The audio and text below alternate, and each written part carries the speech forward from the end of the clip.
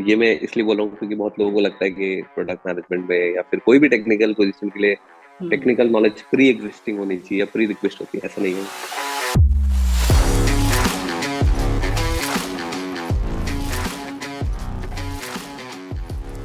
Hi everyone, मैं हूं आपका होस्ट हिमांशु और आज है हमारे साथ रवि, जो कि ना कि एक सीनियर पीएम है बल्कि मेरे बहुत अच्छे दोस्त हैं। तो आज बात करेंगे रवि से। Welcome to the show Ravi. Thank you Himanshu. Thank you for inviting me in one of your interviews. So start करते हैं। ठीक है। यार, because I want you to tell the entire audience about your journey. How how was your journey till here? Okay, so I would say the I am one of the lucky person. मैं वो lucky इंसान हूँ जिसकी journey काफी entertaining रही है। From where I studied in school to college to what did I do. So मैं school से शुरू करना चाहूंगा। मतलब मैं नाइन्थ क्लास में था और नाइन्थ क्लास में मैं बिलो एवरेज से भी एक लेवल नीचे बिलो एवरेज स्टूडेंट था। इतना बिलो एवरेज कि मेरी नाइन्थ क्लास की हाईएस्ट परसेंटेज थी 53 पॉइंट समथिंग। एंड उस टाइम एक्सपेक्टेशन हुआ करती थी कि अगर 90 नहीं आए, 91 नहीं आए तो अब तो वो नंबर 95 तक पहुंच चुका है। बट उस टाइम 85 90 वाज एक्सपेक्टेशन, तो नहीं आते थे कभी। फिर मैं नाइन्थ क्लास में जब मैं एनसीसी में था तो मैं एक नेवल एनसीसी में था। जब मैं वहां गया तो मुझे काफी इंटरेस्ट आया यूनिफॉर्म देख के और ये सब देख के, तो मुझे लगा कि मुझे भी नेवी में जाना है। बट नेवी में जाने के लिए प्रायर कंडीशन थी कि आपके पास साइंस होनी चाहिए, और साइंस होने के लिए प्रायर कंडीशन थी कि आपकी परसेंटेज अच्छी होनी चाहिए। तो वहां से जब वो इच्छा जगी कि हाँ परसेंटेज अच्छी होनी चाहिए, तो तब मेरे को लगा कि हाँ पढ़ना चाहिए। तो टेंथ में काफी मेहनत करी। समथिंग पीसीएम में जो बोलते हैं ना, पीसीएम फिजिक्स में 91 परसेंटेज आए। तो मुझे लगा हाँ कि चलो अब एनसीसी मिलेगी। तो वहां से साइंस का साइंस का बैकग्राउंड आया। उससे पहले पता भी नहीं था साइंस में क्या होता है। फिर जब साइंस का बैकग्राउंड आया था, एवरीबडी वाज डूइंग इंजीनियरिंग, तो बोला अच्छा इंजीनियरिंग में कुछ होता है, चलो वो करते हैं, तो इंजीनियरिंग करी। एंड देन बिकॉज चीजों की तरफ मोटिवेशन इतना था तो अच्छी मेहनत करी। आईआईटी में, आईआईटी के जो ए ट्रिपल एग्जाम्स होते थे उसमें भी अच्छी रैंक आई। तो I landed into Delhi college of engineering which is since amazing college. या। सो दिल्ली कॉलेज ऑफ इंजीनियरिंग में भी ये था कि भाई उसमें लैंड करने के लिए काफी पढ़ाई करी थी, तो अब ऐसा था कि अपन थोड़ा चिल करेंगे, थोड़ी चीजें सीखेंगे। अब वो चिल करने का अलग अलग एंगल होता है, तो मेरा चिल करने का एंगल था कि चीजें सीखेंगे। तो वहां से काफी सारी चीजें सीखने को मिली। स्किप टू कॉलेज, जब कॉलेज में दिल्ली कॉलेज इंजीनियरिंग बहुत फेमस स्कूल है, कॉलेज है, इंजीनियरिंग कॉलेज है दिल्ली के अंदर। तो बिकॉज वो दिल्ली के अंदर है, दिल्ली में है, दिल्ली एनसीआर में है, तो बहुत सारी जॉब्स मिलती है, बहुत सारे कंपनीज इंटरव्यूज करने आती है। I remember something around, I set up for may be something around 90 plus companies, और हर बार मेरे रिजेक्ट हुआ। तो वहाँ वो रिजेक्शन मेरे इतने ज्यादा थे। और एवरी डे हर दिन हम जाते थे हिम्मत ड्रेसअप होके कि आज नौकरी मिलेगी, और काफी डिमोटिवेट होके आते थे। तो 90 दिन, 90 दिन नहीं हुए होंगे, 100 200 दिन होंगे, उसमें 90 बार रिजेक्ट होना अपने आप में काफी डिमोटिंग हो सकता था। But with I don't know with what magic वो डिमोटिवेटिंग नहीं हुआ। Then I started using calling people for the videos that how did you, आपका जॉब कैसे लगा, आप हमें बताइए। तो उस वीडियो को मैं देख, मेरा आइडिया ये था कि उस वीडियो को देख के हम सीखेंगे कि जॉब कैसे लगेगा। जब वो वीडियो शूट हुए तो मेरे को लगा ये वीडियोस काफी अच्छे हैं, तो मैंने वो डालना शुरू किया इंटरनेट पे, तो यूट्यूब पे। देन जब ये इन्फ्लुएंसर इन्फ्लुएंसर वाला कॉन्सेप्ट नहीं था, इट वाज जस्ट दैट कि मैं वीडियो डाल रहा हूँ ताकि लोग सीख पाए, और ये काफी वो प्रोडक्टिव रहा, लोगों को वीडियोस अच्छे लगे। तो देन आई फिगर्ड आउट कि यही करते हैं, this is hmm. Something which is meaningful, can make you money. क्योंकि वो एडवर्टीजमेंट का पैसा होता था, वो सब नॉलेज थी उस टाइम। तो this is something will give you, give me money also, will give me fame also, and will give me purpose also. Hmm. वहां से वो स्टार्ट हुआ, वहां से वो एंटरप्रेन्योरशिप का एक इंट्रोडक्शन हुआ। एंटरप्रेन्योरशिप क्या होती है उसको करने के लिए कहा था। तो मुझे याद है कि मैं कॉलेज लाइब्रेरी में बैठ के 10 बंदों को हायर करके वहीं पे वो वीडियो शूट करना, उनकी एडिट करना, उसको वेबसाइट पे डालना, वेबसाइट पे बनाना, वेबसाइट पे डाल के उसको एसईओ करना। तो ये सब जो जैसे जैसे दिमाग की रिक्वायरमेंट आई कि हमको ये चाहिए, वैसे वैसे उसकी लर्निंग करने की इच्छा भी आई और वो लर्निंग कर, और ऐसे ही मेरे को लगता है this is this is how anybody, any entrepreneurship learning comes from. ये रिक्वायरमेंट है, वो रिक्वायरमेंट से वो शुरू होता है, और अगर लर्निंग एटीट्यूड अच्छा है तो वो लर्निंग होता है। तो वहां से फिर एंटरप्रेन्योरशिप हुआ, वहां से मैंने एक और कंपनी शुरू करी, फेला फीड्स। उसके बाद वहां पे जब फेला फीड्स शुरू करी तो मेरे को टेक्निकली नॉलेज जीरो थी। ये मैं इसलिए बोल रहा हूँ क्योंकि बहुत लोगों को लगता है कि प्रोडक्ट मैनेजमेंट में या फिर कोई भी टेक्निकल पोजीशन के लिए हम्म टेक्निकल नॉलेज प्री एग्जिस्टिंग होनी चाहिए या प्री रिक्वेस्ट होती है, ऐसा नहीं है। तो हम्म जब मैंने टेक कंपनी शुरू करी, मैं टेक्नोलॉजी जीरो थी। हम्म लोगों को हायर किया, उनसे काम करवाते करवाते सीखा कि ये हम्म चाहिए तो इसके लिए क्या लर्निंग है, आप भी सीखो मुझे भी सिखाओ। हम्म उनको सिखाते सिखाते सीखा, उनसे सीखते सीखते सीखा, उनको उनको सीखते हुए देखते हुए सीखा। हम्म रिक्वायरमेंट थी इसलिए सीखा, तो ये सब सीखने का गेम है। तो जब टेक कंपनी शुरू करी, टेक्नोलॉजी जीरो थी, वहां पे लोग हायर किए, उनके साथ सीखा। ऐसे ही वो प्रोडक्ट भी बनता गया, लर्निंग भी बनती गई। फिर 2019 में हमने उसमें फंड्स रेस किए।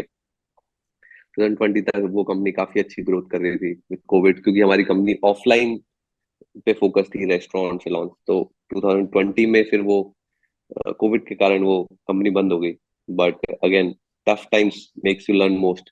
तो जब वो कंपनी नहीं ग्रो कर पा रही थी, तो हमने उस टीम के साथ एक एजेंसी खोल ली। अब हम्म जब हम एक प्रोडक्ट पे सीखते थे, हम मल्टीपल प्रोडक्ट के लिए सीखते हैं।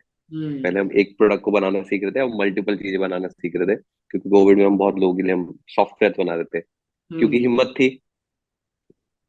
आइडिया था कि कैसे सीखते हैं, थोड़ी सी हिम्मत थी या हिम्मत करी, कुछ भी बोल सकते हैं। हम्म तो वहां से फिर हमने जब टेक कंपनी बनाई, बहुत सारे लोगों को बहुत सारे प्रोडक्ट बनाने सीखे, तो वहां से नॉलेज गेन होने शुरू की, what is the right process to, hmm क्या सही तरीका है एक सॉफ्टवेयर बनाने का, क्या सही प्रोसेस है, हम्म उसमें डॉक्यूमेंटेशन क्या होता है, उसमें डिजाइन क्या होता है, उसमें हम्म डेवलपमेंट क्या होता है, उसके बाद क्यूए क्या होता है, रिलीज क्या होता है, कौन सा फीचर बनाना चाहिए, कौन सा फीचर नहीं बनाना। तो ये सब लर्निंग जो 3 से 5 साल की है, उसमें इस 5 साल की लर्निंग में बहुत सारे अप एंड डाउन है, बहुत सारे फेलियर्स है। हम्म अ, और फेलियर की कॉस्ट होती है, ऐसे ही लर्निंग की एक कॉस्ट होती है। तो एक एंटरप्रेन्योरशिप फेल होता है, उसकी कॉस्ट पे करता है।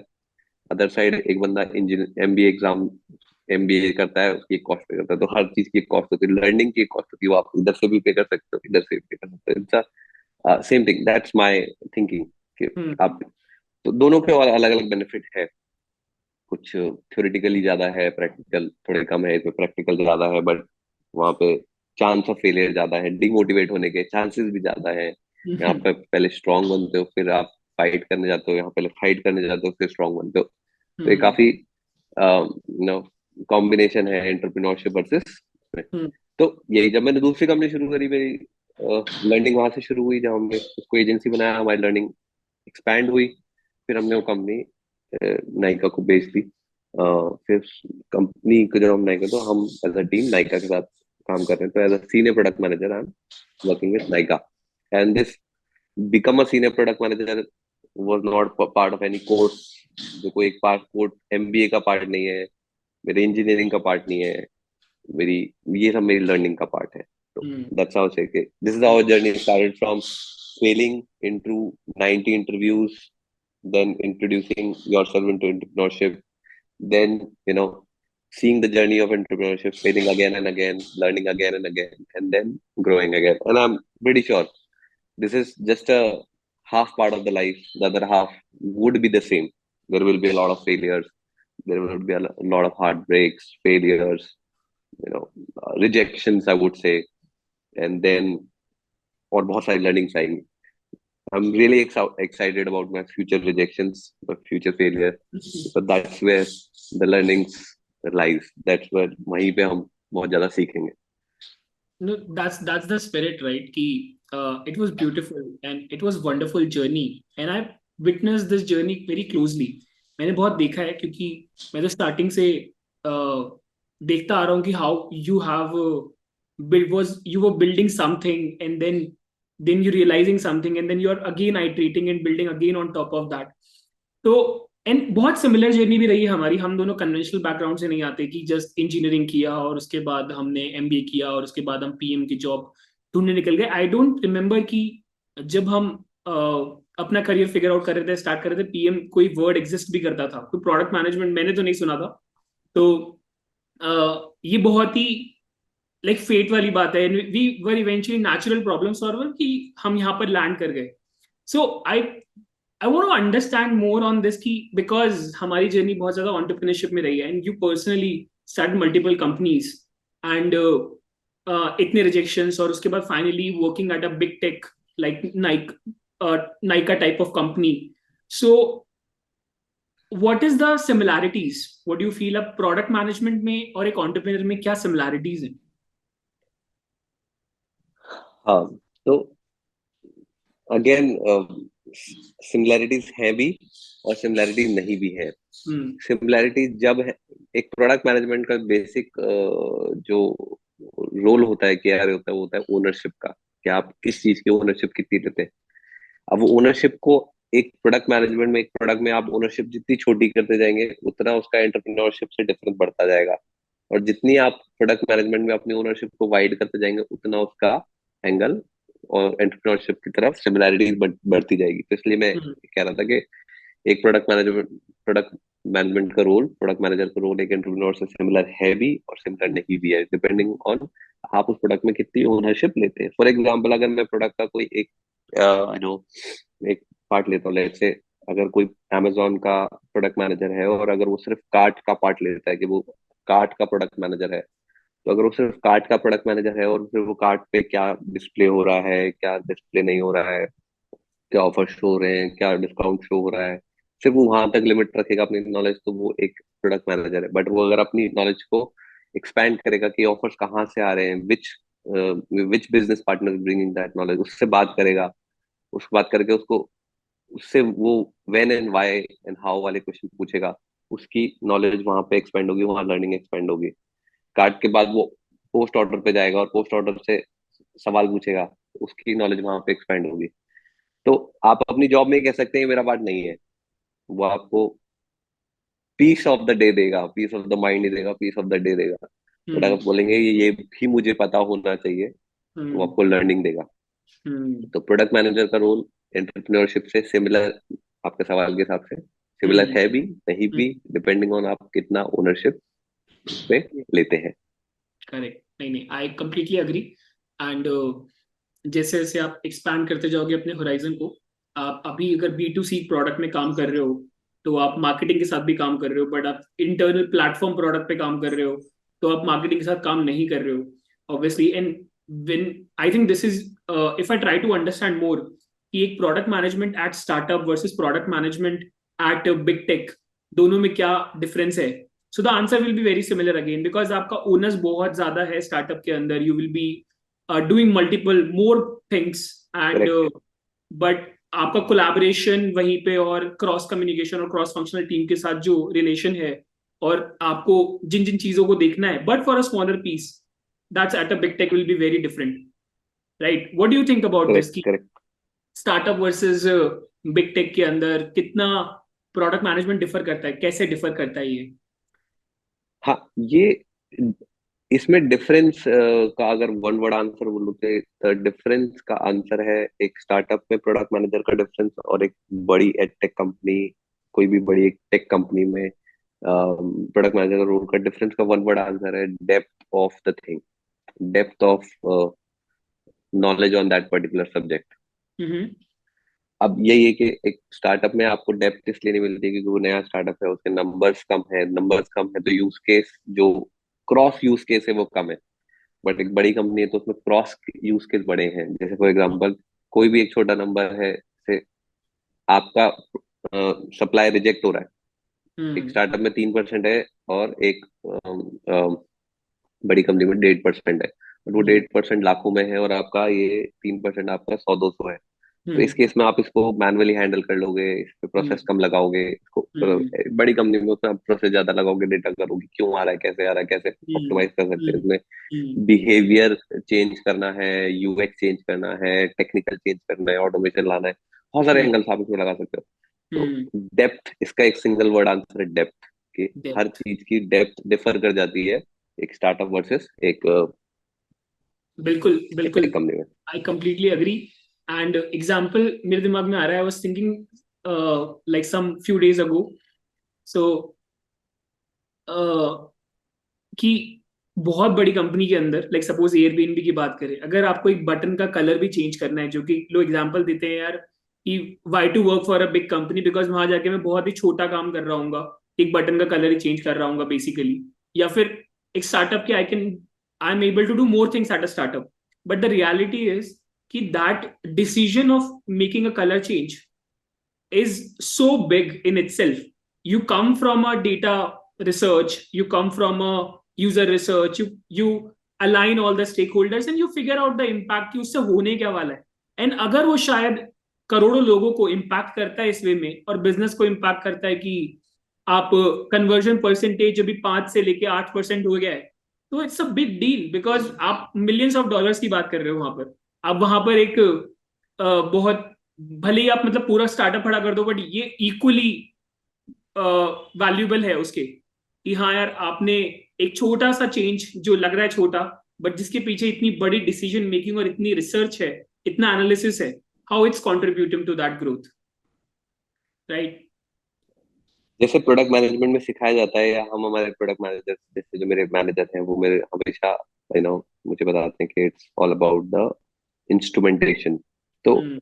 इंस्ट्रूमेंटेशन एक बहुत ही कॉमन वर्ड है, और एक इंस्ट्रूमेंटेशन एक बहुत ही इंपॉर्टेंट चीज है, कॉमन नहीं, हम्म। इंपॉर्टेंट चीज है जो हम्म। करनी हम्म। चाहिए। वो मैं इसलिए बता रहा हूँ क्योंकि अगर आपको इंस्ट्रूमेंटेशन आ जाएगी, आप छोटी कंपनी में है बड़ी कंपनी में है, दोनों में आप राइट डिसीजन ले पाएंगे। जैसे मैंने हम्म। बताया, इस केस में 1 लाख नंबर है, वहाँ 300 नंबर है। वहाँ हम्म। फास्ट डिसीजन चाहिए, 300 का नंबर है, फास्ट डिसीजन चाहिए, आप ले पाएंगे। यहाँ 1 लाख का नंबर है, बड़ा डिसीजन है, बड़ा टाइम लगेगा, बड़ा एनालिसिस करना पड़ेगा, आप ले हम्म। पाएंगे। हम्म। तो डेप्थ का डिफरेंस है, बट डेप्थ मेजर दोनों जगह करना चाहिए। ये मेरी लर्निंग है। हम्म। अ, हम्म। ऐसा हो सकता है कि कुछ आप स्टार्टअप शुरू कर रहे हैं, उसमें एक नंबर है जो कि डेप्थ छोटा है, बट आपको लगता है कि इसको चेंज कर लेना चाहिए, क्योंकि जब आपकी कंपनी बड़ी बनेगी तो अब वो डेप्थ इम्पैक्ट कर सकता है। तो डेप्थ का पता होना इंपॉर्टेंट है। कब सॉल्व करते हैं वो आपकी स्टार्टअप के hmm. Environment, fund, hundred decision, percent. Growth stage, life पे डिपेंड करता है। बट आई एम श्योर कि you will agree to this part कि we are so constraints on resources in startup, कि इंस्ट्रूमेंटेशन जो होता है वो हमारी नंबर वन प्रायोरिटी नहीं होती उस टाइम पे, बिकॉज हमें मालूम है कि यार डेटाबेस से भी डेटा निकाल के हम एनालिसिस कर लेंगे, तो we will be able to find the, as you said कि 300 ही है, तो we will be able to do an analysis and make a decision over there. But हाँ, वो बड़े सेट, बड़े सिस्टम में या फिर ज्यादा यूजर्स के साथ it will be more complicated, तो वहां पर हाँ, बिल्कुल। इंस्ट्रूमेंटेशन होना बहुत इंपॉर्टेंट है। मैं इंस्ट्रूमेंटेशन को कंफ्यूज नहीं करना चाह रहा हूँ। Instrumentation is not all only about seeing the data, seeing the hmm. analytics, seeing the numbers. Hmm. Instrumentation can be, if you're a smaller company, can be going to market, seeing how it's working, seeing the revenue, checking with the people, checking with your stakeholders कि कैसे आपको इसमें problem आ रही है। Instrumentation is cross checking your work again and again, and which is really important in any company. Cross checking things is everything.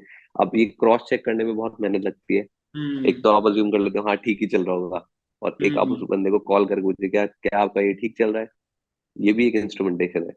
तो छोटी company में phone वाला इंस्ट्रूमेंटेशन ज्यादा काम आता है, रिसोर्सेज कम लगते हैं। बड़ी कंपनी में डेटा निकाल के एनालिटिक्स को बंदे को उसको दे के उस पर डेटा नंबर को एनालाइज करके उसको प्रेजेंट करके प्रेजेंटेशन देना काम आता है। तो hmm. Instrumentation can be anything. You go to market, you call someone, you call your customer, take a feedback, this is all instrumentation. Great. No, I can understand where you're coming from. How you're trying to use this terminology in a broader context. Makes sense. I want to talk about like when you mentioned कि technology का तो experience नहीं था, कि technology के बारे में तो आइडिया नहीं था कैसे होगा, but when you started company then you figured out how to get things done. तो प्रोडक्ट मैनेजर को टेक्नोलॉजी के बारे में सब पता होना ही चाहिए कि exactly how it works. It's not mandatory as you said. Do you want to add more context to that part? Ki how a person who is aspirational product manager, who is in early stages of product management, has very less clue about technology because वो computer science engineer नहीं है, उसने coding job नहीं करी है, how that person can become a product manager even without even lacking that knowledge of technology. हाँ, तो सो सो इन आई would से कि एक प्रोडक्ट मैनेजर को बहुत ज्यादा technical, of course, if you know anything, आपको कुछ चीज का ज्ञान है, वो आप हमेशा प्लस में ही एंटर करेगा। But if anybody starting as a product manager, hmm his zeal to make things, उसकी एक इच्छा होनी चाहिए कि यार ऐसी चीजें बननी चाहिए, उसका एक विजन होना चाहिए, उसको उसको ये लगना चाहिए कि हाँ ये क्या चीजें ऐसे बन सकती हैं। अगर हम्म उसके अंदर ये सवाल उठता है क्या ये चीजें ऐसे बन सकती हैं या इस चीज का ये सोल्यूशन है, तो product manager management is all about attitude of finding out solutions, hmm right? For hmm example, अगर आपको एक एक्सेल में कोई डेटा एनालाइज करना, आपको नहीं आता वीलुप लगाना, आपको नहीं आता नो मिसमैच लगाना, भी एक्सेल के बहुत सारे जार्गन्स होते हैं तो आपको सब नहीं आते, तो आप हम्म क्या करेंगे? आप गूगल करेंगे, सीखेंगे, हो जाएगा काम। ठीक है, ऑब्वियसली। बट आपको आपके अंदर से ये आना चाहिए, ये सवाल, क्यूरियोसिटी होनी चाहिए कि यार ये ऐसे होना चाहिए, हम्म ये ऐसे होना चाहिए, सोल्यूशन एटीट्यूड अगर आपका है, क्या हम्म क्या ये ऐसे होगा? और ऑफ कोर्स इसमें लिसनिंग इज वेरी इंपॉर्टेंट। कौन क्या बोल रहा है, कौन क्या हम्म सोच रहा है, हम्म उसके सोचने का पर्पस क्या है। Hmm it's more about listening then speaking. Hmm if somebody is saying, then you just, like आप मेरे से कुछ बात करें, मैं जस्ट एक वर्ड डाल दूंगा वाई, एंड देन आप उस वाई का जवाब देंगे, मैं क्वेश्चन डाल दूंगा व्हेन, फिर आप मेरे को पूरा जवाब देंगे हाउ, हु। तो ये चार पांच वर्ड यूज करके मैं पूरी नॉलेज उसमें गेन कर लूंगा, फिर उस हम्म नॉलेज को गेन करके एक सॉल्यूशन बनाऊंगा। हम्म तो ये एक प्रोडक्ट मैनेजर, जैसे मेरी पहली कंपनी फैला फीड्स थी जहां पे हम फीडबैक सिस्टम बनाते थे, है हम्म ना, तो वहां पे वो लर्निंग थी, तो मैंने व्हेन हाउ वाले क्वेश्चंस कम पूछे। अगर मैंने व्हेन हाउ हु वाले क्वेश्चन ज्यादा पूछे होते, तो उसकी हम्म ग्रोथ का एम्पलीट्यूड ज्यादा होता कि हम फीडबैक किसके लिए बना रहे हैं, क्यों हम्म बना रहे हैं, हम्म किसको बेचेंगे, कब हम्म बेचेंगे, कौन हम्म कोई क्यों खरीदेगा। तो as a hmm product manager आपको बस ये सवाल पूछना है। हम्म ठीक है, और ये सवाल सुन के उनके अराउंड सॉल्यूशन को फाइंड करना ही प्रोडक्ट मैनेजमेंट है। तो अगर कोई एक नया प्रोडक्ट मैनेजर है, कोई बिल्कुल ही शुरू करना चाहता है, तो वो उसमें इंटरेस्ट लेना शुरू करेगा। किसी भी चीज में आप इंटरेस्ट लेना शुरू करोगे तो आप प्रोडक्ट मैनेजर बन जाओगे। और आप अगर फील्ड, प्रोडक्ट मैनेजमेंट की फील्ड को आप देखोगे बहुत सारे सेल्स वाले लोग आज प्रोडक्ट मैनेजर हैं, हम्म बहुत सारे टेक वाले लोग आज प्रोडक्ट मैनेजर हैं, हम्म बहुत सारे डेटा एनालिसिस बैकग्राउंड से जो आते हैं। आप लिंक्डइन में देखेंगे, आप किसी की प्रोफाइल लिखिए, data analytics, data senior data analyst and then product manager. Data analyst का क्या मतलब, वो वेन हाउ पे ही काम कर रहा था और वो एक प्रोडक्ट मैनेजर बन गया।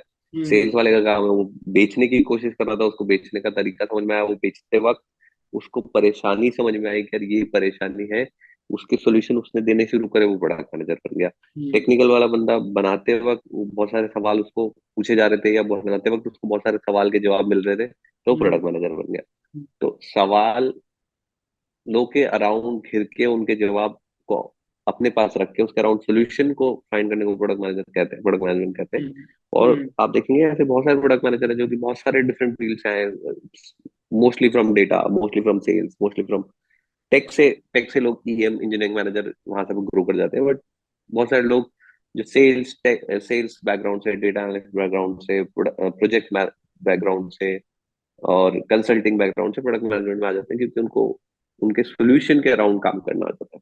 Understood understood. नहीं, डेफिनेटली। बट मतलब मैं बहुत अग्री करूंगा इस बात से। So you are trying to say कि problem solving at the is the core skill of a product manager, कि सॉल्यूशन पे आना है उसको। एंड थोड़ा सा डिसएग्री करूंगा कि you have to stay more in the problem space to figure out exactly what is the right problem. And once you identified the right problem, यार हम क्या कस्टमर के लिए सॉल्व कर रहे हैं जिससे बिजनेस को फायदा होगा eventually, and then you go to designers for design, then you go to engineer for the best way of coding things, and then you go to marketing for the best way to market this, and then you combine it all together to release that, and then you go to data analyst to like analyze the data or instrument the data, and then eventually reiterating on top of it. So I partially agree. I say ki you are the owner of a problem, that you are solving the right problem, But once you identified the right problem, then you can seek the expertise from various different folks, and then you can leverage it. And that's what makes you Yeah. a leader. I would say a product manager is a CEO in the making, because Mm. as we also compared the entrepreneurship in, जैसे जैसे आप धीरे धीरे अपना scope बढ़ाते जाओगे, जैसे आप लीडर ग्रो करते जाओगे, you will eventually be on that path to lead the company. Yeah. Right. Great. So one more interesting thing I wanted to ask is, uh, what is the most challenging part according to you in product management today? See, challenge, मतलब I would not be able to answer this question because challenge is based on your capability of learning. अगर Mm-hmm. आप सीखना छोड़ देंगे तो आपको challenge बड़े लगते जाएंगे, अगर आप सीखते जाएंगे तो चैलेंज छोटे होते जाएंगे. Let's say तो कि you are मैं the उस you are already a senior PM at Nykaa now, total 7 8 years of experience. That what you find challenging even after doing so many things or learning so many things key of product management, which people can focus तो early on in their इसी career.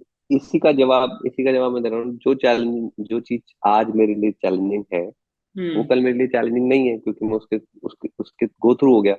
For जिस sure. भी चीज से आप go through हो जाते हैं वो आपके लिए चैलेंजिंग. तो every day there is a new challenge. Sometimes fetching that data is a challenge. Sometime understanding तो डिजाइन के साथ कैसे काम होगा is a challenge. Sometime explaining people that how why you are proposing this as a problem is a challenge. And then when you face this problem 3 4 times, then you master it. Okay, this is how you solve it, this is how you explain to people, this is how you do the data, this is how you explain the to tech, this is how tech works. So for me, this question of what is most challenging, I'm really sorry I cannot answer this question because I have few things which is जो कि मेरे लिए challenging है आज. आप मेरे से एक हफ्ते बाद दोबारा पूछिए, वो मेरे लिए चैलेंज नहीं होंगे. तो मैं चैलेंज को ऐसे नहीं देखता हूँ कि मैं इसको कभी सॉल्व नहीं कर पाऊंगा. मैं उसको देखता हूँ कि मैं इसको एक हफ्ते में सॉल्व कर पाऊंगा, एक महीने में सॉल्व कर पाऊंगा. Hmm. यही खास बात है, मतलब this is the reason I love to talk to you, because जो क्वेश्चन होता है ना कि हाँ why this is even a problem, right, कि ये तो आज की प्रॉब्लम है, कल तो सॉल्व हो ही जाएगी.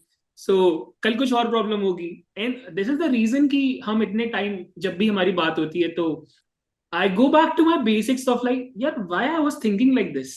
And that is the reason मैं मतलब हमेशा मैं अपने दोस्तों और भी लोगों को बोलता हूँ जो भी तेरे को जानते हैं कि anyone who knows you and all my friend knows you, तो कि Ravi is very humble, Ravi is very thoughtful, and he always go back to the basics and ask questions, which is like first principles of product management as well. कि you go back to the basic and ask the real whys behind this. कि why is Yes. that happening, even why you are even thinking Yes. that way. So brilliant. Yes. Like obviously, I love that thought. Uh, Thank you. now obviously I want to ask like one more question over here for the entire audience who aspire to be where you are at today. According to you, how difficult it is today to get enter into Nykaa? What the how the interview process looks like according as per your knowledge? um I would say, I would not answer this question for Nykaa. Maybe I will answer this question for any of the company. Sure. Um, it's more like an I can say it with an experience that I've been running this placement interview thing from 2 3 years and 4 years now. Yeah. So getting a job in any company is not about if you can get it or not. It's like what skills you possess and what thing. It's a very unique combination of their requirement, your capability, both of your timing and your availability, your place where you stay, people you come with, and the day you're interviewing, the the person interviews having, and so getting a job in any company should not be a disheartened or should be a very proud thing. It should be a normal process. It has to be seen in a very neutral. इसको बहुत neutral तरीके से देखना चाहिए, Hmm. क्योंकि वो बहुत सारे मल्टीपल फैक्टर्स पे डिपेंड करता है. और वो जब वो मल्टीपल फैक्टर्स मैच करते हैं तभी वो दोस्ती बनती है। दो दोस्तों के बीच में ये होता है, एक रिलेशनशिप में भी यही होता है, एक जॉब में भी ये होता है। तो it's a combination of multiple things. तो in for Nykaa, you can keep an eye on what profile they have open, and then what capability you can of course apply for it, given an interview. The best part about Nykaa is that the interview process is very refined and very good, I would say. Even if you go for it, you will find out learning in that interview. कि इससे मुझे कैसे perform करना है interview में, मुझे क्या आना चाहिए क्या नहीं आना चाहिए। वो प्रोसेस आपको बहुत फीडबैक आपको बहुत अच्छे से मिलता है। तो वो मेरा एक फेवरेट पार्ट है कि आपको उस प्रोसेस के जाने के बाद एक फीडबैक जरूर मिलेगा कि आप क्यों क्रैक कर पाए और क्यों नहीं क्रैक कर पाए। अगर आप क्रैक कर पाए, हम अंदर हम नहीं मिल सकते, नहीं क्रैक कर पाए तो आपको इन्फॉर्मेशन मिल सकती है कि आप क्यों नहीं क्रैक कर पाए। तो करेक्ट। वो एक इम्पोर्टेंट पार्ट है। Got it. Got it. नहीं, obviously very fair कि how you should be approaching, and it's going to be the D-Day जो इंटरव्यूज वाला दिन होता है, उसमें बहुत सारे फैक्टर्स प्ले कर रहे हैं. You should not be blaming your skills. You should not be thinking कि यार मैं नहीं कर पाया. There are lot of multiple factors which are on that the playing on best that part day. Is that the best part is that this D-Day can come multiple times this year, next two, after two next year, after three next year. If you have a dream company like Google, Facebook, Nykaa, or any of the company, your D-Day can come multiple times. Just keep on preparing. Okay, so this is going amazing. Let's start with our rapid fire round. This is very much Mm-hmm. inspired by Coffee with Karan. So we'll do it for the product management. Let's see what you have to give us in 10 seconds. So I will start with what do you do when you go to an engineer and he says he doesn't have a bandwidth to build your feature? Then I say reprioritize Okay, you have that leverage. Very good. So I want to ask like 3 books you want to suggest people to read to become a better at product management. 3 books. I'm not in books. Okay, so like I think you are very much resemble to Ashneer Grover, who is like into writing books, but not into reading. Okay. ये सब धोखलेबाजी है. Got it. So tell me about a movie which inspires you. Movie that inspires me, that social movie social on that was on Mark Zuckerberg, or I Which don't know one? the name, but it was on Mark Zuckerberg. The movie on Social Network. which is on The Social Social Network. Network. Yes, the Social Network. Okay. Okay. Name any product leader whom you follow. My boss, Ishwar. Ishwar. Okay. Glad to say hi to Ishwar. Yeah. Okay. And any 3 tips to any young PM to become a great product manager? you know just learn to ask questions why, when, who, and what. And then the second thing would be do more of an instrumentation, like data analysis about what is the number of this, what is the requirement of this, what are the metrics of this. The third thing is about just don't worry about how this will happen. Just that you have to come up with that. Okay, this is what we want. So that should be the third thing. But yeah, these are three things. Okay. Okay. Okay. So this question is like one you have to join, one you have to decline the offer from. You have 2 options: Google, Facebook. I would decline Facebook. Of course, Okay. so obvious. We will definitely ask like why. Zak ने क्या बिगाड़ा है? It's more about I don't find inventions and more new things coming out of Facebook. It's just that Instagram, WhatsApp, all acquisition. Google is more about invention, about learning new things, inventing more things, and I'm increasing my love for data. So of course, we'll go with who has the most data. Awesome. Awesome. Like, great, great. So I think we will rest our rapid fire round over here, and you have done really well. Thank you. Uh, Thank you. just to close this, and I really appreciate that we were thinking to do this from long time. Finally, we were able to do it. I really enjoyed this time. I enjoyed well. Uh, I'm glad. So I think you already declined, obviously, and everybody wants to join Google. But other than Fang, which is your dream company to work for? Dream company to work for. I want to work for a lot for some medical health oriented company again, because that this is where whatever you do, you go making some impact, important impact. Okay, okay. But there is not company. You are talking about the industry. You want to work in health tech? Yeah. Okay, interesting. I will definitely want to ask health tech, but in the interest of time, I'll not do that now. And I'll close with this thing that I definitely want to keep doing this and want to give access to brilliant minds, to the young folks or to the aspiring PMs, और इस देश के corner corner में जितने भी लोग हैं जो पीएम बनना चाहते हैं या बन सकते हैं, जिन्हें इस बारे में आइडिया नहीं है, उन तक ये चीज पहुंचे. और बहुत सारे लोग will be able to have access to your mind, ताकि वो they can reach out to you for learning, for getting the right advice to move in to the direction. And मुझे लगता है कि हम लोगों को करियर काउंसलिंग का कभी कोई आइडिया नहीं था, और आजकल करियर ऑप्शंस बहुत है, लोगों को पता नहीं चलता है अर्ली टाइम पे. अगर लेकिन सही एडवाइस मिले तो they can do really well. So three thing, I want you to give me 3 names of other PMs whom I should definitely talk to and interview them, so that these folks will have access to not only your mind but these folks as well. So frankly, I will not be able to, of course, I'm working with PMs in my company, so maybe I can name them. But I will give you the names offline. Okay. No, but that works, offline works. But any 3 folks, if you want to mention whom you want to say thank you for shaping your career overall.